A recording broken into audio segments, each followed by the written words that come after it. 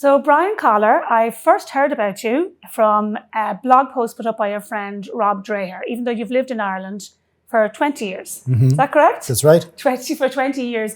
And Rob was sharing some excerpts from a book which you are yet to publish, a book called The Last Who Remember.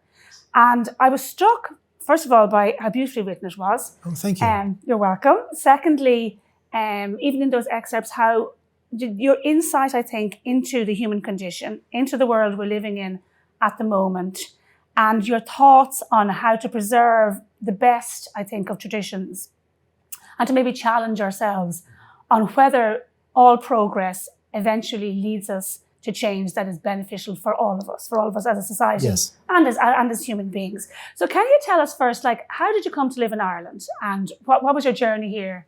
And what happened in the last 20 years? Well, I'd always wanted to see Ireland.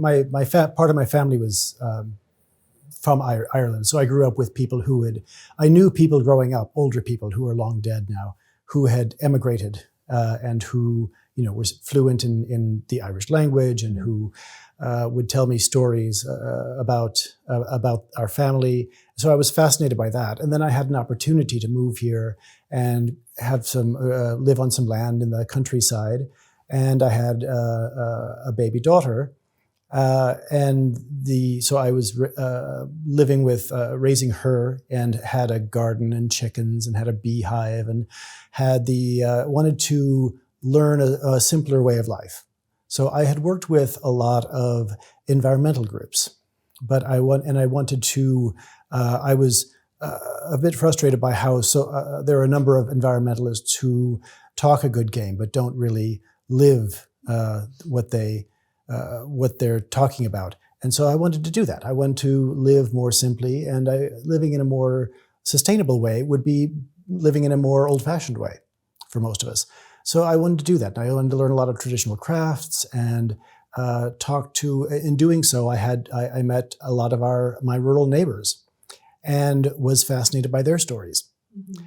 And I would sit and have tea with them, and I would take long walks around the bog with my daughter, and I would stop by their homes, and they were delighted to see neighbors stop by, because it's not as common as it used to be. And they were delighted to see a child, because they grew up in a time when the canals would have been swimming in the canals with all the other children and climbing the trees.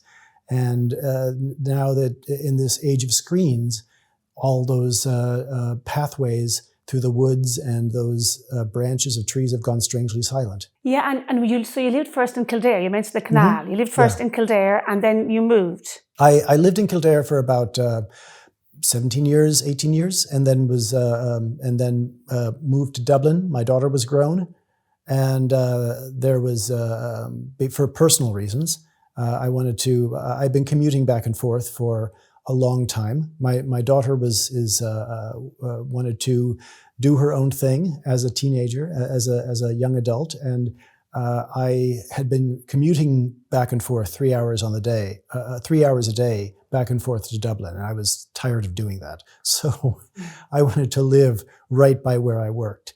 And so I did. And then the pandemic hit, and I didn't need to after all. So. The pandemic, I know. Everyone's got a pandemic story like that, I think. But I got to live in Dublin for a while, and that's been fun. Yeah, so you touched there, I think, on, you say that when you went to live in Kildare and you got to know your neighbours, and you wanted, I suppose, to learn from them about these traditional skills in relation to beekeeping, in relation to maybe other traditional crafts that aren't valued so highly anymore. And I know my brother-in-law in Slovenia is a beekeeper, and he loves it. My cousins are beekeepers in Longford. There you go. And it's one of those very important crafts as well. Without bees, we're all food production, as far as I'm aware, is pretty much doomed or severely curtailed. But the skill of beekeeping, as my brother-in-law found, is one that you have to learn. And you have to, when he went to learn it, and when he went to kind of further his craft, he was saying nearly everybody else who he was learning from was an older person, sometimes older by 30 or 40 years. And you talk, I think, about this, the lack of value we place on those traditional crafts. And by we, I mean in people in general, society in general. Can you talk to us about that? About, you say that like there's an older world still around us, you know, and that not all change is progress. Not all progress has led us to a place where we are better as human beings, where we are more secure, where we are happier. And that you talk about this kind of, those two issues together, that we are kind of rejecting or not respecting or not embracing some traditional values or crafts, and what that means for us. Yes, I experimented with a lot of things. That doesn't mean I'm an expert in those things. It's like beekeeping. My cousins are beekeepers. I say that they're beekeepers. I am a guy who had a beehive. Of course. And I was able to do able to get honey from it and take care of them enough that they survived. But they're the experts. I'm just a guy who dabbled. But that was the case with a lot of these crafts. So I'm not putting myself out as an expert on any of these things, but I had fun dabbling, and I had fun learning these things. And it's fun it was a fun thing to do with my daughter. You know, so things like, and you learn the one little thing like basket weaving. I don't know if this is the case here, but in America, basket weaving is kind of the running joke for an easy college course, like, oh, he's the ringer for the football teams. They just put him on these easy basket weaving courses.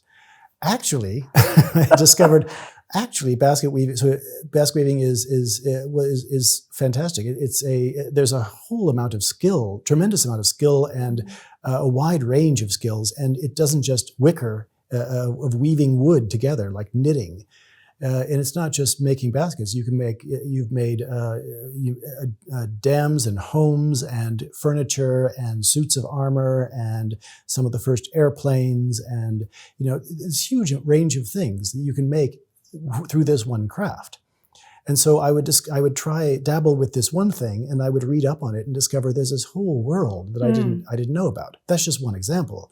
Plus, you're making something with your hands. You're doing it yourself, and I think we've become more and more removed from that. I have a great friend, Sean O'Leary, and he's a man who loves tradition, a great traditional singer as well. And he makes the most beautiful baskets from willow. Mm-hmm. And he, you know, every part of it is he cuts it, he weaves it together, and he has gifted us with two. We're so lucky. And you know, they are sturdy, they are beautiful. People who come into the house say, that's a beautiful basket, and they last far, far, far longer than the ones, you know, that you pay an arm and a leg for in a furniture store. But these old crafts, yes, I think a lot of them had this desire to make something. Yes. People to be people who were able to fix things, to make things, to produce things, to create things. And we seem to have kind of stepped away from that, don't we? And there's an incredible sense of liberation in being able to do something yourself. It seems like such a basic thing, but we don't do that anymore. Our entire life is spent being supplicant to invisible powers around us. In order to accomplish this one task, we need a supply of electricity and a supply and a cash machine for our bank account and a Wi-Fi connection and this and that and all of these things that require an enormous infrastructure. And we're stuck in a certain loop where we have to work in a certain job, and then are locked into certain choices in life in order to get these things that have become so fundamental to life, because there's no way to live without them, because we're completely dependent. We don't know how to do anything for ourselves. And I don't want to romanticize that people did this out of necessity. They were poor, you know, but especially, well, at least on paper, they were much poorer than we are. But people were, so I don't want to say that we all need to go exactly back to what they were doing. Yeah. But I think we can find a balance and find the best of both worlds. So we want to have electricity and hot water. Everybody's agreed on that. Yes. It seems to be that we've stepped entirely away from a world where we were much more engaged with the physical world as well, growing things, making things, fixing things. And there's a tremendous sense of accomplishment in being able to do something, even if it's a simple thing, that you can do with your own hands, because most of us were never taught that.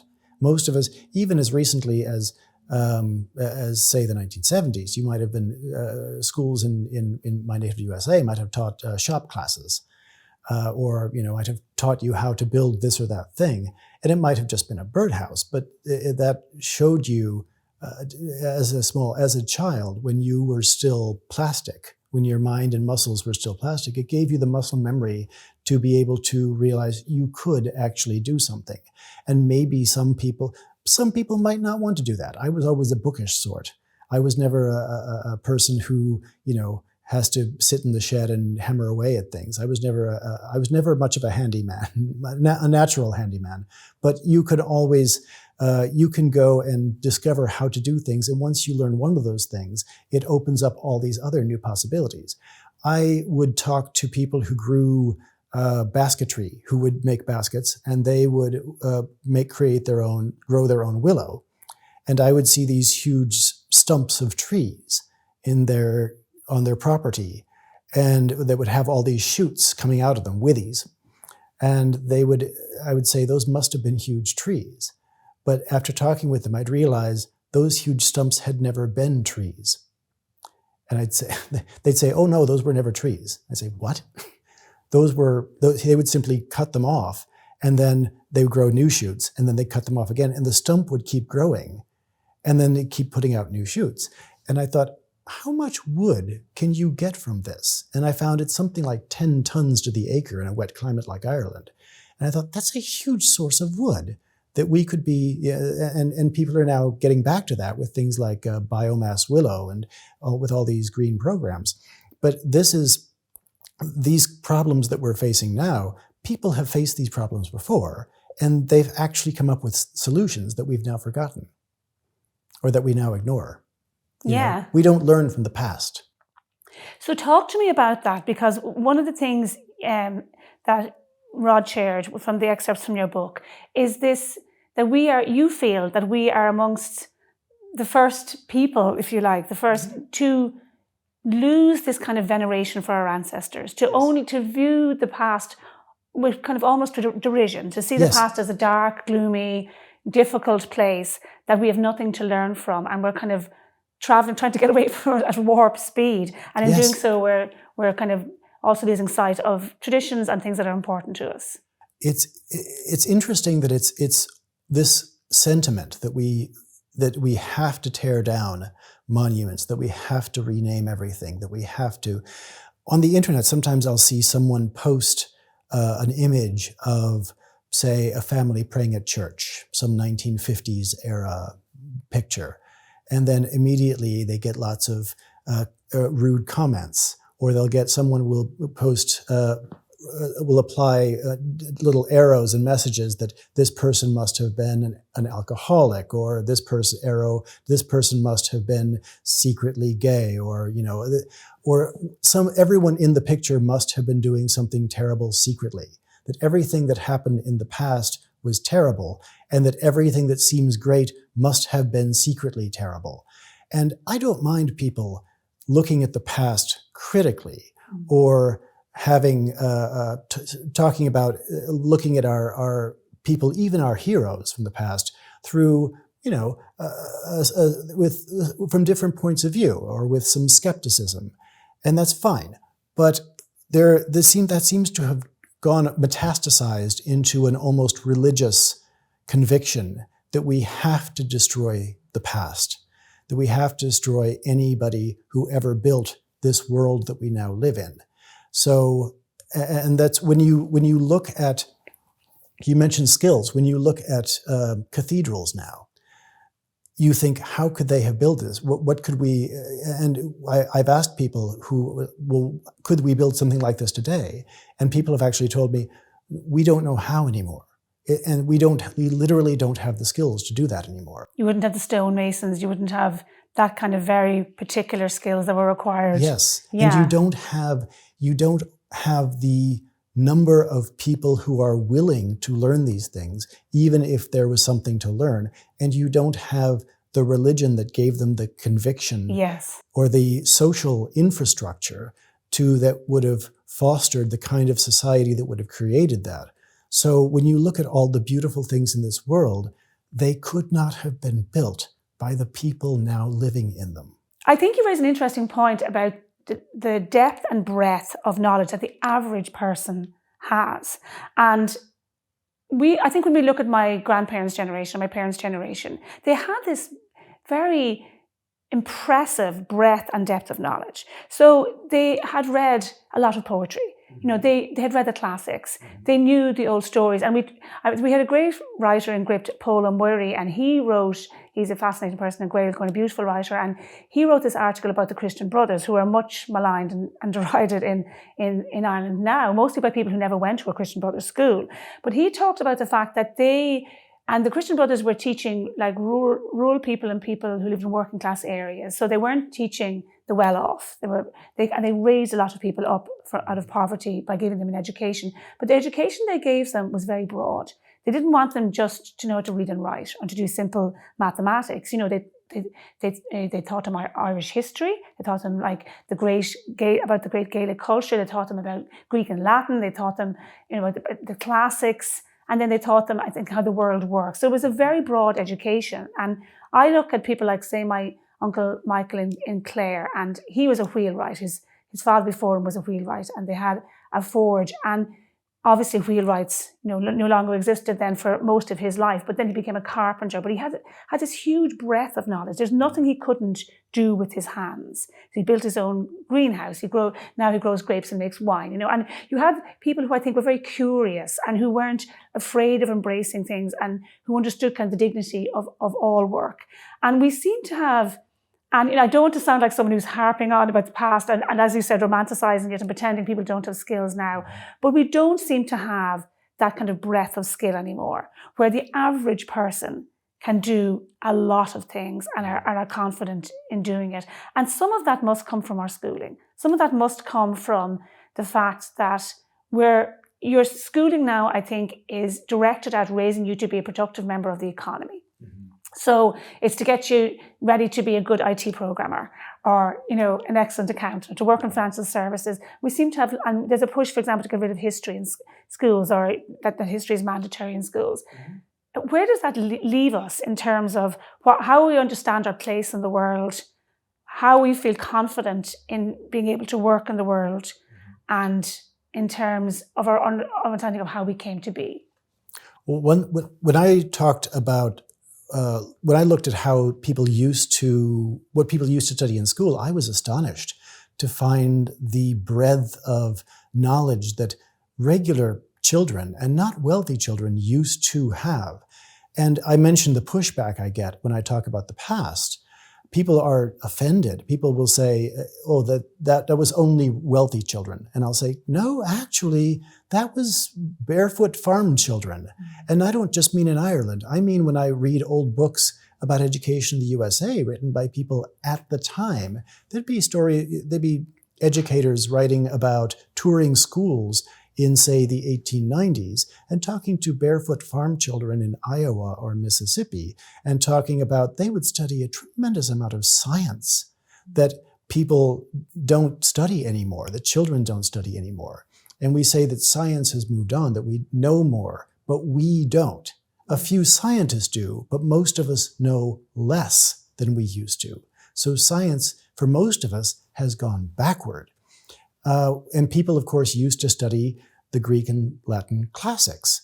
And that was, I think that people underestimate how powerful that was. First of all, because those were the people who created things like democracy and, you know, so many of the things that we depend on today. So much of Western culture was created by those people. So much of our philosophy, science, everything was created by them. And once you read them, then you're introduced to this flow of ideas throughout the ages. So, for example, you know, Aristotle would have cited the Iliad, and then other people would have cited Aristotle, and then, you know, Plutarch would have written about Aristotle, and then other people would have written about Plutarch, and then Aquinas and Dante and, you know, Milton and all of these people. And it's this flow of ideas with, you know, some interruptions. But even through the interruptions, like the Dark Ages, there were monks who kept those ideas, not just copied the books, but who continued to teach children, and not just rich children, and not just boys, but who continued to teach children to read and write across Europe, especially here in Ireland, through centuries. And that's why we have the advantages of the modern world that we have today. That's why we have the concepts like democracy and human rights and the free exchange of ideas, and why we have at least for the moment, still literate society. That's where all of that comes from. And because that was the start of the river, that was the source of those ideas.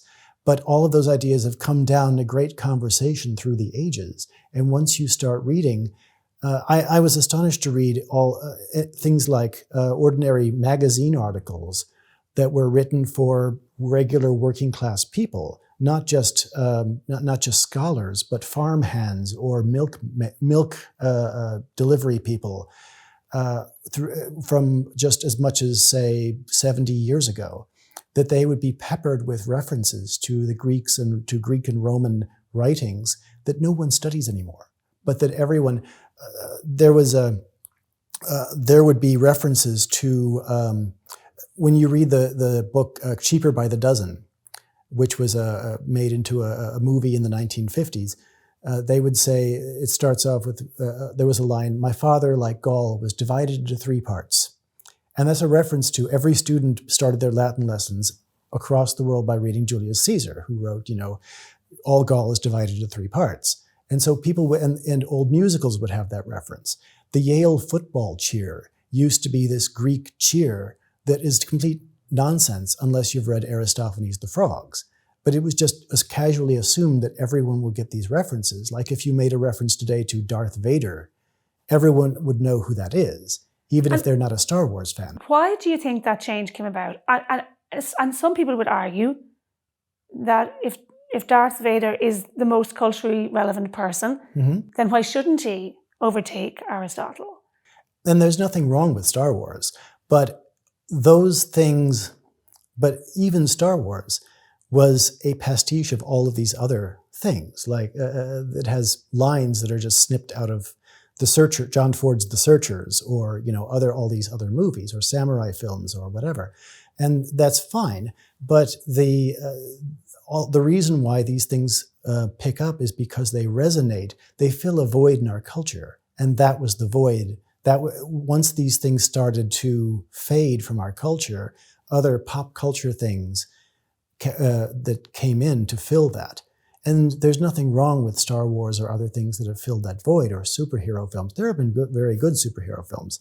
But do you think that popular culture has kind of crowded out our knowledge of the classics, of poetry, of things that perhaps take a little more effort to understand and to read? I think that it's certainly easier and more convenient for people to watch a movie, and I like movies, it's fine, but to watch a movie or television or TikTok than to have to go through the work of reading, which taxes your mind, which exercises your muscles, your mental muscles. But if you, and like I said, there's nothing wrong with some of the things references that we have today. They're not automatically worse, but the reason why those original classics lasted through the ages is because they so deeply resonate with people. And once you learn them, you suddenly, all of these other references suddenly make sense. So when you look at old paintings, Renaissance paintings, you say, oh, that's what that's a painting of. Or when you read a little reference from Shakespeare, you'll say, oh, that's where that came from. And suddenly all of these references suddenly make sense. So it opens all these new doors that you didn't realize had been closed. Yeah, because I spoke to someone recently about Netflix, and they were saying that this person was saying, first of all, they found a lot of the stuff on Netflix was kind of pushing people towards a certain direction. So she felt that there was a purpose to some of a lot of the movies that were being produced on Netflix. But she said they were also such rubbish, like chewing gum for the brain. Very simple stories, a lot of nonsense, or very violent, and a lot of the violence seems to be increasing all the time in movies because people have become so accustomed to it now. And now the fight scene has to last 20 minutes and everyone has to be covered in blood or whatever. But in general, she was just saying that Netflix and Hollywood or whatever, Bollywood, all of these different people who are producing stories now, because that's what movies really are, in the same way that the Iliad was. They're stories, and they're stories that sometimes contain a moral message and sometimes are just there to entertain. But either way, she was arguing that with a book, like you were saying, there's the physical act of reading the book. There is the fact that you're taxing your brains, or the fact that these the classics, and even stories like written by Chesterton, stuff that was written until perhaps 50 or 60 years ago, they were of a certain standard, of a certain caliber, and one of the purposes of exposing especially children to them was to like improve your skill set, improve your reading skill, improve your ability to think, to critique, to understand, improve your vocabulary. This all sounds very basic, but you're not going to get that from a Marvel movie. This was her point. And that if that popular culture has kind of crowded out the things that used to help us to think, and used to help us to understand the world, and used to help us to broaden our minds in a genuine way, to understand things that are difficult, to embrace new ideas. One thing that I've noticed is that so many of the stories that I see now, I worked as a movie critic for newspapers back in America, and one thing I noticed was how many of the stories were all the same story. How Hollywood would tell, and this is even more true today, that they would tell the same story over and over again. So we go through our lives hearing only one story. And usually if it's like an Oscar bait movie, quite often it's a story about the past, where everybody in the past was terrible, and how one person bravely stood up who was a visionary, and people tried to oppress him or her because they were filled with, ignorance and hatred. And then they finally succeeded at the end, and they helped make the world what it is. Let's say it might have been a story about the civil rights movement, or about an inventor, or whatever it was. It's somebody who was a visionary, stood up in this world that was terrible, and they made the world good like it is now. And that's the story. But when you look at, say, Greek mythology, or when you read Plutarch, or when you read the Romans, or the stories from the medieval era, or even old black and white movies, there are all different kinds of stories. And most of the stories are all different from each other. So we grow up having a much more fleshed out idea about what the world is like. But the stories that we are told now, this might be the reason why so many people are so religiously convinced that everything in the past was terrible, because and it creates a kind of temporal supremacy where younger people today are convinced that they don't need to listen to anything that happened before, because anyone who came before them was subhuman.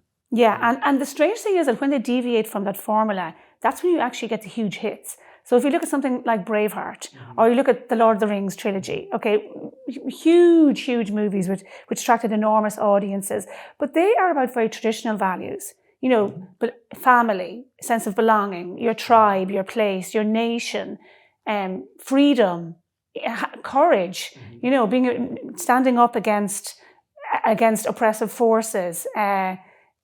The funny thing is, it's like a distortion of those. For example, if I think in Netflix and in Marvel movies, but they're kind of missing the fundamentals. I think it's the fundamentals that drew people to those huge movies. But you talk in the book, which is yet to be published, but I think it would be a very important and useful addition to what's there, and also a beautiful book. You talk about the fact that young people they're lost in their screens, and that it's not as simple as just saying, well, everyone has a phone, everyone's connected, and everybody this is part of what they want to do, this is part of progress. You talk about that previously we lived very locally, and to use a word that's often in parlance now, in communities, but really it was local and parish, on a parish level. You knew these people, they were your neighbours, they were your family. It wasn't a forced community, it was a very naturally occurring thing. And that now that we're living uprooted, this is the phrase that you use, we're living uprooted. To me, it seems that there's a connection between those two things. That because we are living uprooted, because it's harder to form relationships then when you are living uprooted, because we've lost this sense of place and identity, that's why we're lost in our screens. You notice that when people have a television, now that they have 1,000 channels, people will flick through constantly and never stop and never settle on something and watch it all the way through. That's why people didn't do that when they had 2 channels or 3 channels. People would watch something all the way through. Now that people have all these options, there's always the sense that you can have something else, and you can. It's very difficult to muster the patience to stick with something. This is why, as paradoxical as it might sound, once there have been studies to watch people make a choice, they find when people have only a small number of choices, not only is it easier to make a choice, but they end up much happier than when they had a wide range of choices. It's just human psychology. This is probably why your grandparents living in a village could find someone and find a happy marriage and stay with that person for life, whereas today's Tinder addicts who have the whole world at their disposal will never find someone. It seems paradoxical, but that's human nature. And we naturally live in small communities. That's how humans are meant to be. And that's how we're automatically going to be, no matter how much technology we have around us. We're not going to naturally be open to the whole world. There's only so much time. There is only so many people we can talk to in a day. We're still going to have the same number of waking hours that people have always had. So as the more people you talk to and the more wide-ranging it is, that's great if you learn things. But the more people you talk to, the shallower the conversations become. So it becomes, because you only have the same amount of time. So if you can make small talk with person after person after person, but the conversations, you don't get to know anyone. And in a city, that's why we have so many friends, yes. Online friends, yes. like Facebook. Yes. But people are feeling increasingly alone, because we know this from studies that there's huge spike in people feeling lonely, yes. especially young people feeling disconnected, feeling a big rise in anxiety and depression, especially in young women. And are you saying these things are all connected? This feeling that we're living uprooted, that screens are a place we escape into. We flee, I think you said, flee into the screens, because relationships and human interaction has become perhaps more difficult, because we don't have this connection that people did before when you lived in villages. Have you heard of Dunbar's number? No. Dunbar's number is, anthropologist Robin Dunbar found that there is a certain natural baseline that is the upper limit for human relationships. And when a group gets larger than that, you cannot continue the group on relationships alone. You need things like codified laws and much stricter hierarchies. But the average number of friends on Facebook, the average number of Christmas cards someone sends out, the average size of a lot of medieval villages, and it would be about 150 or so. And that's about the upper limit. And beyond that, relationships become, we don't have relationships in the same way. But that seems to be like the natural state of humankind. That's what our bodies and brains were designed to do, to live in small tribes, villages, communities. And those relationships can run very deep.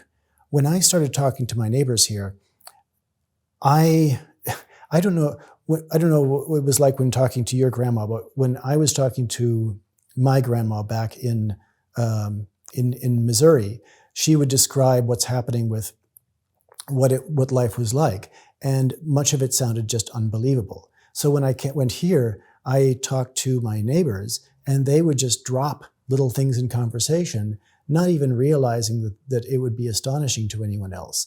And they just say, "Oh, well, yeah, that used to be a rambling house." And I'd say, "What was that?"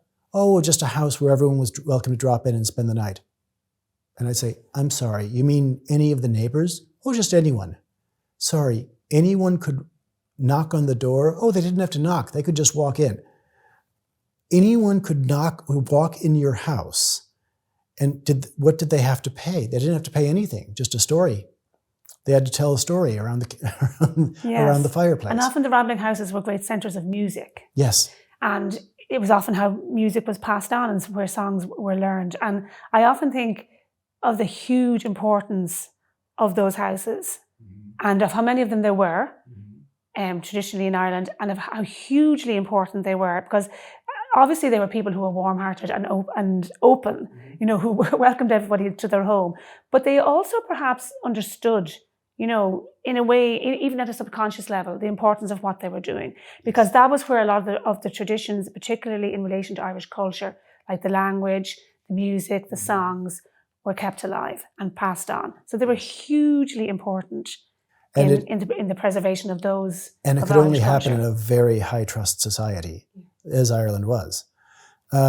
Or people would mention, the older people would mention, that was, I remember that was the time when all the banks closed.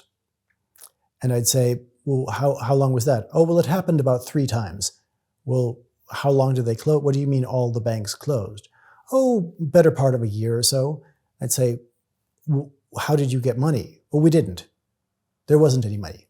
And I'd say, and I'd find out that some of these were like in the 60s and 70s. And I'd say, I'm sorry, there wasn't any money that people could pass around and no one could get any. Where did you go? Well, we just wrote each other checks. And I'd say, hang on, everyone just wrote everyone else IOUs for the better part of a year and they just traded them? I said, yeah. And I said, this was a society that had electricity, there was television, there were cars, and everyone just functioned trading IOUs for that amount of time. And it turns out everyone knew everyone else in the village, so everyone knew who to trust. Everyone knew what everyone else was worth. And so at the end of it, I actually did some research and found that at the end of it, there were a few checks that bounced, but it was some ridiculously tiny number of checks in a country of 3 million people. So there was, something like one bounce check for every, every 10,000 people. And it was this ridiculous tiny number. And everyone just, they were all worth something because everyone knew everyone. And everyone believed that the checks were worth something. And that's all money is today anyway. Yes, it's not backed by anything. That's so your point about a high trust society. And I think high trust society is by necessity where people live in smaller groups. But I think a lot of people watching this, Brian, will just think, oh, this is all nostalgia. Yes. But I am nostalgic. I love tradition. Do you know what I mean? My family and my whole life has been involved in Gaelic and traditional music and culture, and I love it. I think they're a high art form. It's not folk music. Irish traditional culture, you have the slow airs, the marches, the beautiful tunes, and all the history that's bound up in those. And it would be an enormous tragedy if that was lost, and thank God it's being preserved. But there is nostalgia for that, from my point of view, and people will think this hankering for smaller communities, this desire to bring people back to like a less connected in terms of technology way of living won't ever happen.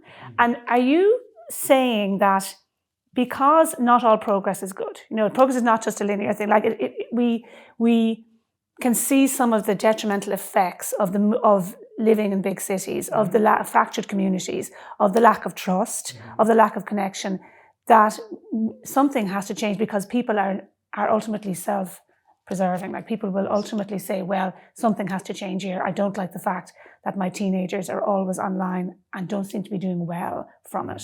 Like marriage rates are down. Real valuable connections are down. That has a knock-on effect on the amount of people being born, on the amount of trust in community, and the amount of on the future of any nation. Yeah. Are you saying that you think that that some change might occur because ultimately people want to have a happy, fulfilled, connected life? People are going to need it, no matter how much technology there is around them. And we have this powerful belief in progress in our society. But progress isn't some innate law of the universe. We have this idea that we have to do this thing and then this thing next because progress says so. So when things are going well for us, we thank progress. And when things aren't going well, when everything crashes, we wonder why progress has abandoned us. And we think that someday, perhaps if we're very good, someday progress will, humankind will ascend into the heavens in the name of progress. And it's basically God. There's a writer named John Michael Greer who has pointed this out. I don't want to take credit for this idea, but it's basically God for a lot of people today. And but it's not the particular path that someone takes, that society, each change in society is pronounced to be progress. But each one doesn't necessarily follow logically from the last one. Like if we're all adopting this particular technology, and we're all adopting that particular technology, this one doesn't follow logically from that one. And simply because this one was good to a point doesn't mean it's good completely. It doesn't mean there aren't side effects. It doesn't mean we have to go on to this other one, or that there's some kind of logical progression between them. This is the case with social or sexual mores as well. What I said to the book was, we go around today, for example, everyone talks as though we have a conscious and a subconscious mind, and that all comes from Freud. And we talk about this as though it's just an obvious reality. Of course, we all have a conscious and a subconscious.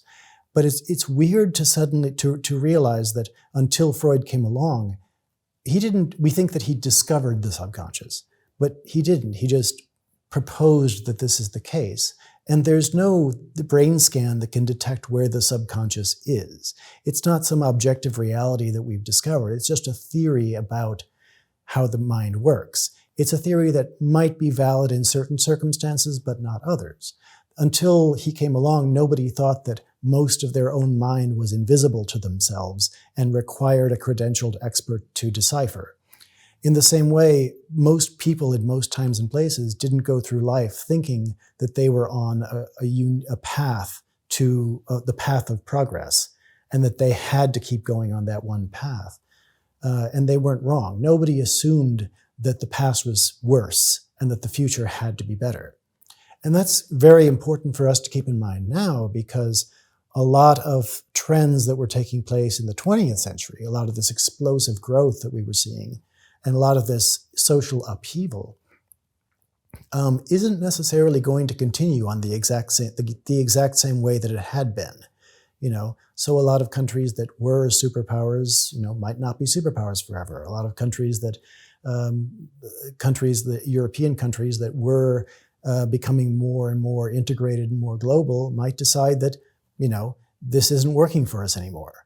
A lot of countries that had been becoming more and more advanced, as they put it, in terms of becoming more and more electronic, beyond a certain point, that might be good to a certain level, but then you might find it useful to be connected to the world on a screen for this much time a day, but it doesn't mean that this much time a day is going to be that much better. Yeah, because you talked about revolutions. You made this very interesting point that very often revolutions obviously a huge driver of change, and that very often they were not a rebellion of the people against the elite, but a rebellion of one section of the elite against the elite. Yes. For example, with the French Revolution or the Russian Revolution. Now, I would argue that there are those in Ireland, the 1798 uprisings, particularly in Wexford, maybe the 1916, which didn't take that form.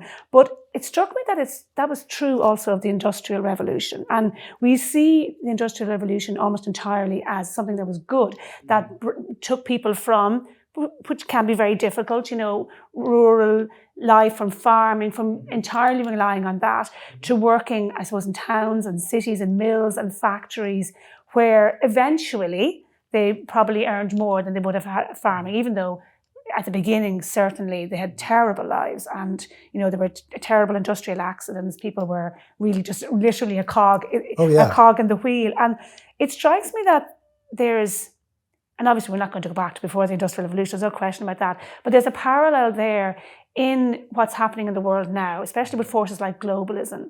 And, to your point about living uprooted, that big corporations are very often deciding everything from what we watch, what we eat, what we listen to in terms of music, and they're crowding out a lot of the traditions, you know, the good storytelling, the interesting storytelling, the beautiful music, the old-traditional music, everything like that. So these enormous corporations are crowding all of that out and deciding on many other levels kind of how we live. It's a technological revolution, if you like. And again, it's not... Are they thinking of the average person and are we raising up their lives? And when you look at some of the findings, especially in terms of mental health and people in fractured communities and stuff like that, we have to really query that. And is there kind of a quiet revolution in our own families and minds, if you like, required, Brian, to kind of make us realise that not all change is positive and that some change has a detrimental effect on us, on our families, on how we live, and we need like kind of a quiet revolution within ourselves to kind of go back to a life that valued tradition more and that holds on to the values that sustained us so well in the past. I think a lot of people are discovering that actually stepping back from this world or putting limits on things, there's a reason why cultures were based around limits, because they're useful. You know, big boundaries are actually really useful things. So people, when people realize that, oh, I can, if I'm online for this amount, then that's necessary for my job or something. But to be online twice as much isn't twice as good. I can actually step away from it and then, you know, spend real time with real people. Because you're going to die eventually anyway, and you might as well have said, "Oh, during my life, I spent this amount of time with my children. You know, I spent this amount of time with my spouse, or with old people, or telling stories." There was you can look back and measure a certain ratio of the amount of time you actually spend telling stories versus watching stories being told by somebody else, telling jokes as opposed to watching somebody tell jokes on a screen, or you know, it's a reality index. That's actually very useful, and for most people, I suspect that reality index would be extremely low. And I think people are actually, more people are going to discover that there's actually some reason why it's useful to do these things. There's a reason why these things were, the traditions that we were handed were time tested. You know, they were actually field tested over thousands of years. And there are certain truisms about the human condition that have always been true, and whether we like it or not are always going to be true, and we're not going to make them different. We can work within those boundaries, but we're not going to change them. So if there's something that everyone has always said, if it's something that everyone has always known to be true, it's probably true. If it's something that people started saying was true yesterday, it's probably not. Yes, I think we can't turn back the clock. Nobody really wants to do that. But I think what you're saying is that we should hold on to the traditions and to the values that are important to us and make them a central part of our lives. So, like, for example, a lot of people, that'll be the language, the music, the culture, their faith, perhaps. You know, the values that kind of sustained their ancestors will also sustain them now. And to make time for that, like to take advantage, for example, of being able to work from home.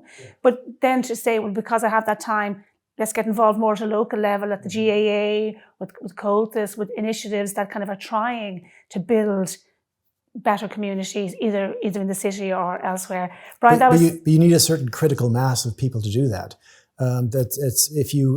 There's a great book called Bowling Alone by Robert Putnam. Yes. Are you familiar with it? Yes. Yeah, about that. It's specific to the USA, not applicable the same way everywhere. But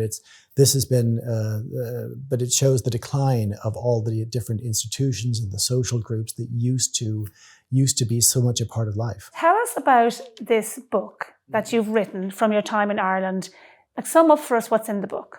It goes through it talks about traditional Ireland in the words of about 300 different interviewees, or either people I interviewed or people who wrote memoirs or whose interviews are in historical societies, who grew up in Ireland in the early to mid 20th century, and paints a picture of what a traditional life would be like, how people would spend their childhoods, what they would learn in school, what they would do when they got together with neighbors. But it uses that to talk about what a traditional life would be like in general, because this world would be more or less representative of how most of our ancestors would have lived in almost every society as long as there have been human beings, until historically yesterday. You have it with several agents. You're looking for a publisher? I'm looking for a publisher right now, and I have, as soon as it's published, I will let you know. Excellent. Thank you so much. Thank you.